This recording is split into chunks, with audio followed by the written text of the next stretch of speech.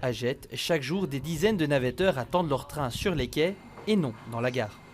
On pouvait aller dans la salle d'attente à 15 ans, il y a 15 ans. Ce serait bien qu'on soit au chaud, quoi, à l'abri au moins, même s'il n'y a pas de chauffage ou quoi, juste à l'abri du vent et tout ça.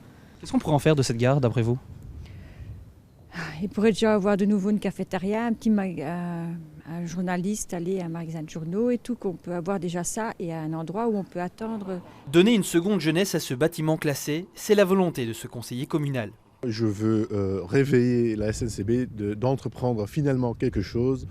Le quai est aussi déjà fermé depuis plusieurs années et donc il y a beaucoup de potentiel.